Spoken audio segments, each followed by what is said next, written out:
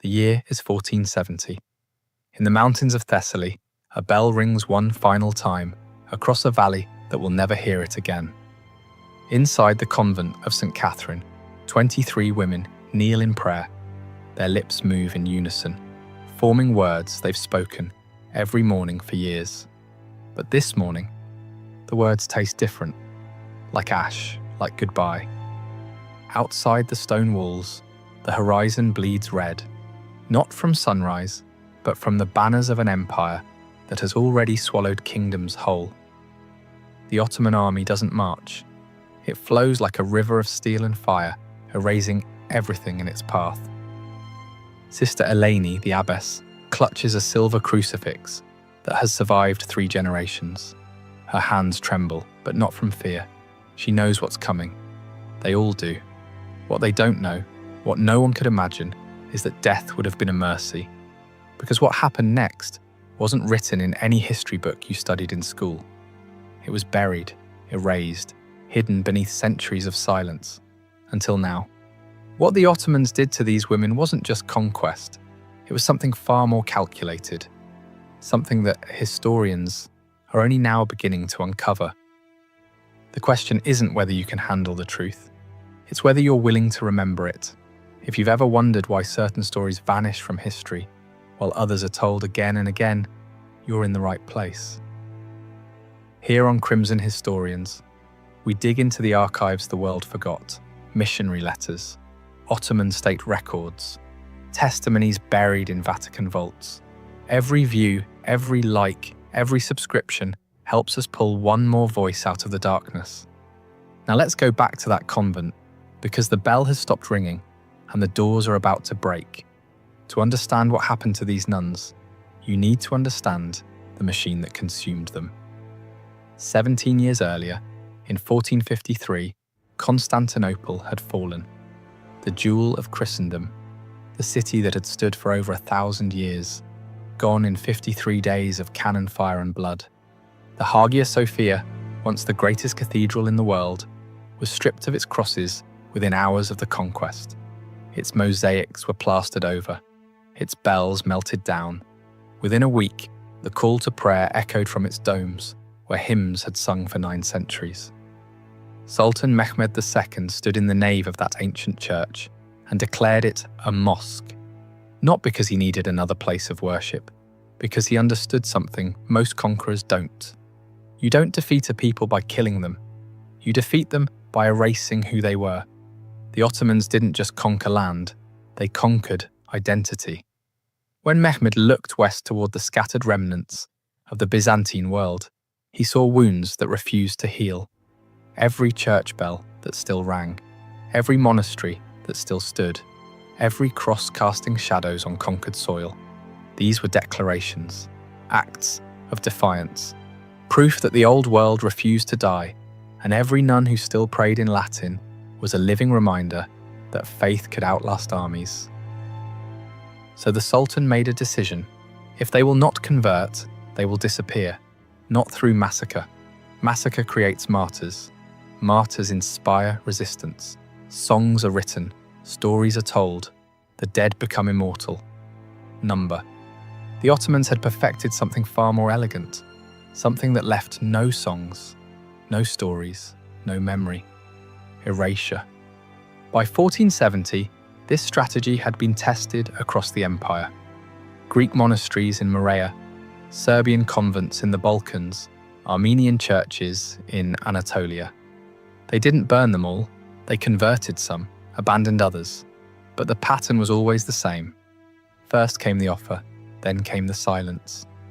The convent of St. Catherine, perched on a hillside in Thessaly, far from any garrison or ally, was about to become another test case, another footnote in an empire's expansion. But these women didn't know they were footnotes. These weren't warriors. They were women who had spent their entire lives in silence and prayer. Their weapons were rosaries. Their armor was faith. Most of them had never seen a soldier, never held a blade, never imagined they would need to.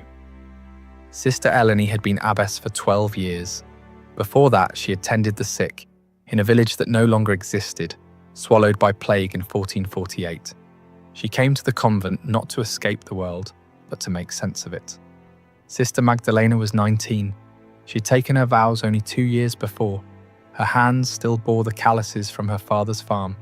She joined the convent after her family was killed in a raid. The convent was the only place she had felt safe since. Sister Theodoris was 70. She had outlived 2 abbesses, an emperor, and more wars than she could count. She had stopped fearing death decades ago, but none of them had ever faced this. If this moment in history doesn't move you to learn more, you might be missing the lesson our ancestors died to teach. That the most dangerous thing you can do in the face of power is refuse to forget who you are. Now let's watch what happens when faith meets empire. The first cannonball hits just after dawn. It doesn't strike the chapel, it strikes the bell tower. The sound is apocalyptic. Stone explodes into the air. Iron shrieks against iron. The bell that has rung every morning for 140 years shatters mid-swing, and the pieces rain down onto the courtyard where the sisters grow herbs for healing. The same hands that tended those plants now cover their ears, trembling. Sister Eleni doesn't scream. She stands, crucifix raised high, and begins to sing. The Kyrie eleison, Lord have mercy. One by one the others join her, 23 voices rising against the roar of an empire. But empires don't listen to songs. By midday, the gates are breached. Ottoman soldiers pour into the courtyard, not with swords drawn, with ledgers, quills, ink pots. They move through the convent like clerks, not conquerors, counting, recording, cataloguing. Because to the Ottomans, these women aren't people, they're assets. A translator steps forward, a Greek man who once lived in these hills. His voice shakes as he reads from a scroll, and you can hear the shame buried in every word. By order of Sultan Mehmed II, all subjects of the conquered territories must submit to the authority of the Sublime Porte. Those who convert will be granted protection. Those who refuse will face the consequences of rebellion. Sister Eleni steps forward. Her face is calm, almost serene. She speaks not to the soldiers, but to the translator, in Greek so clear that everyone understands. Tell your sultan that we have already given our lives to a king. We have nothing left to surrender. The officer in charge, a man named Hassan Pasha, whose name appears in Ottoman military records from the 1470 Thessalian campaign, doesn't respond with anger. He responds with something far more chilling, a smile, because he knows something the nuns don't yet understand. The Ottomans have perfected the art of breaking people without killing them. That night, the women are locked inside their own chapel. No food, no water, just darkness and the sound of soldiers outside, laughing, eating, living, while they wait to see who breaks first. 2 sisters, younger ones from Corinth, begin to weep in the corner. Their sobs echo off the stone walls. But Sister Magdalena, barely 20 years old, begins to whisper a psalm. The Lord is my shepherd, I shall not want. Then another. Though I walk through the valley of the shadow of death, I will fear no evil. Then another. And slowly the weeping stops. This is the moment the Ottomans underestimated them. These women had spent their entire lives preparing for suffering. Fasting, vigils in the cold, hours of silence, submission to something greater than themselves. What the soldiers saw as torture, the nuns saw as their daily discipline. But Hassan Pasha is patient. He has seen this before. In Morea, in Wallachia, in the ruins of Serbian monasteries, where monks thought their faith would save them. Faith is like a candle, he once wrote in a letter to the Sultan, still preserved in the Topkapi Palace archives. It burns brightest just before it dies. He's about to test that theory. On the second day, the doors open. A servant enters with bread and water. Real food, clean water. He sets it down without a word and leaves. The nuns stare at it. Their throats are dry, their stomachs hollow. The younger sisters look to Eleni, desperation in their eyes. Sister Theodoris, the eldest, speaks first. They want us to take it, to feel gratitude, to soften. Eleni nods. Then we fast. They don't touch the food. By the 3rd day, their lips are cracked and bleeding. Their hands shake. The younger sisters can barely stand. but they don't break. Hassan Pasha watches from the courtyard, arms crossed. He's impressed, frustrated, and perhaps just for a moment, something close to respect flickers across his face. But respect doesn't change strategy. On the third day, the doors open again. This time it's not a servant, it's Hassan himself. He speaks in Turkish and the translator follows behind him like a shadow. You are not criminals, you are not enemies, you are simply mistaken. The Sultan is merciful. He offers you new lives, new names, protection. All you must do is speak the words. Silence. Or you can come with us to Constantinople. There, the Sultan himself will hear your case. Perhaps he will be moved by your conviction. He pauses, lets the words settle. But the road is long, and the weak do not survive it. It's not a threat, it's a promise. Sister Eleni looks at her sisters. Some are barely conscious. Some are praying with their eyes closed. Some are staring at the floor, trying to find strength in the stone. She turns back to Hassan. We will walk. The smile returns to his face. Good. We leave at dawn. That night, the nuns hold each other in the darkness. No one speaks. But Sister Magdalena begins to hum, softly, a hymn they sang at Vespers. One by one, the others join her. Outside, the soldiers hear it. Some of them pause, some of them look away. One of them, years later, will tell his grandson about the women who sang themselves to death. But that story will be forgotten too. For now, the hymn rises through the cracks in the chapel walls and drifts out into the night, a prayer, a plea, a declaration. We are still here. They leave at dawn on the fourth day. 23 women, hands bound with rope, walking south toward the coast. No carts, no horses, just their feet and the dust and the sun that shows no mercy. The soldiers don't rush them. They don't need to. The road itself is the punishment. By the second day, Sister Irene collapses. She's 62. Her knees have been failing for years. She tries to stand, but her legs won't hold her. The soldiers don't wait. Sister Magdalena and another nun, Sister Anna, lift her between them and carry her for the next 3 miles.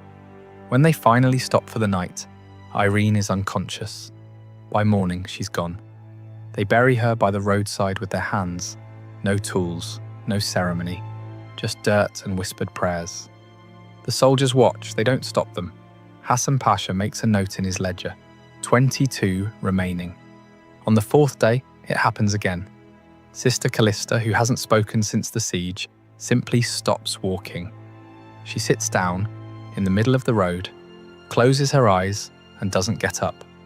They leave her there. By the time they reach the port of Volos 7 days later, only 18 remain. But something happened on that road. Something the Ottomans didn't anticipate. The nuns stopped weeping, stopped begging. They walked in silence, but it wasn't the silence of defeat. It was the silence of women who had already made their choice. Sister Eleni had been walking at the front of the line, leading them, even with her hands bound.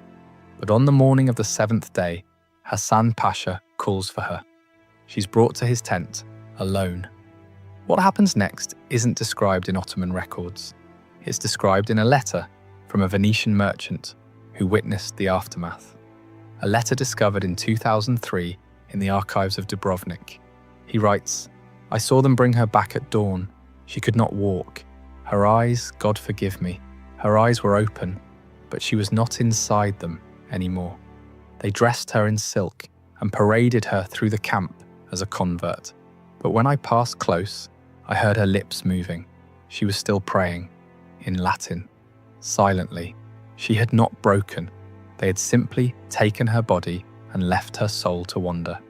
This is the Ottoman strategy that history doesn't teach you.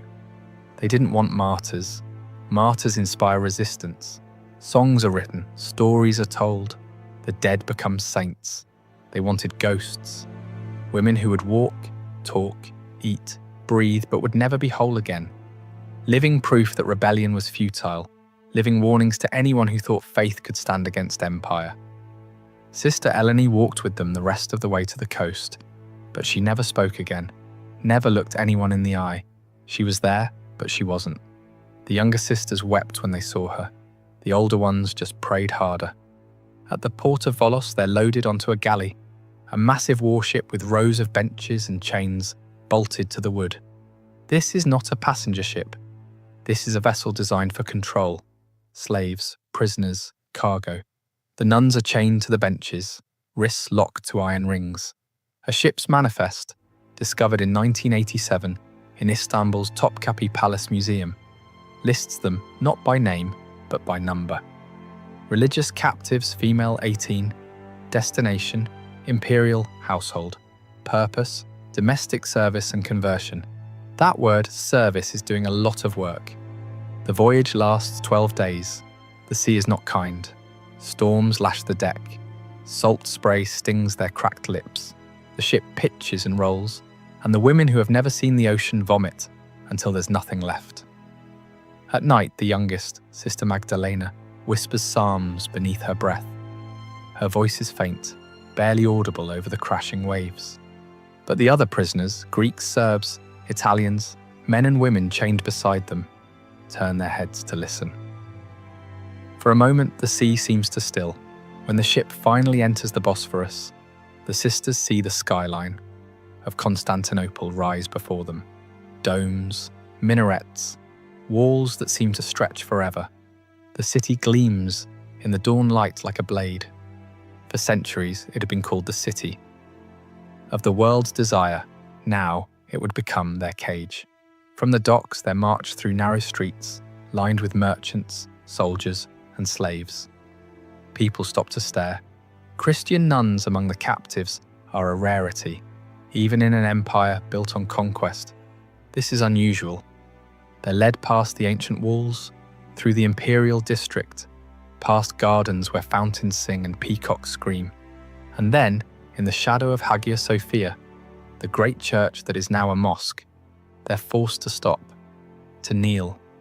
As the call to prayer echoes from the minarets, one of the sisters whispers, "We are home, but it is no longer ours." They're taken to the palace, but not to the grand halls, not to the courtyards where ambassadors walk and viziers conspire. They're taken beneath, down stone steps that spiral into darkness, through tunnels that smell of damp and decay, to a place that doesn't officially exist. If you're still watching, it's because part of you knows this story needs to be told. Subscribe to Crimson Historians. Not for us, but for them, for the voices that were swallowed by silence. Now let's follow them into the dark. Beneath Topkapi Palace, there's a network of tunnels that tourists never see.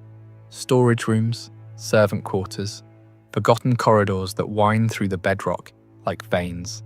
And in the farthest corner, sealed off for centuries, a room with no official purpose. In 2011, during restoration work, archaeologists broke through a false wall. What they found stopped them cold. Scratched into the stone, barely visible, were crosses, dozens of them. Small, crude, carved with fingernails, or shards of broken pottery. And beneath those crosses, etched in Latin, 4 words: Lux in tenebris lucet, the light shines in the darkness. This was their chapel.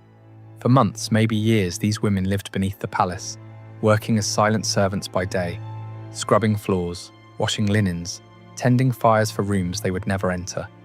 But at night, when the palace slept, they gathered in this forgotten room and prayed. They had no priest, no altar, no Bible, just memory. They recited psalms from recall, verses half forgotten, reshaped into prayers that kept them alive. They sang hymns in whispers so faint the stone barely caught them. They held communion with bread stolen from the kitchens and water from the palace wells. And they carved their faith into stone, one scratch at a time, knowing no one would ever see it. Sister Magdalena was among them, the girl who had whispered psalms on the ship, who had carried Sister Irene on the road, who had refused to look away when they brought Sister Eleni back in silk. She became their voice in the dark. The archaeologists found her mark too, a small bird scratched into the corner of the wall. Beside it, 23 lines, one for each sister, but only 11 lines were complete. The rest trailed off into nothing. They used broken pottery for candle holders, a scrap of linen for an altar cloth. From a shard of a shattered mirror, they fashioned a crude cross. In this secret chapel, they gathered each night after the palace slept. No hymns, no sermons, only whispers. Each woman knelt and shared a memory, a home, a church bell, the warmth of bread before dawn.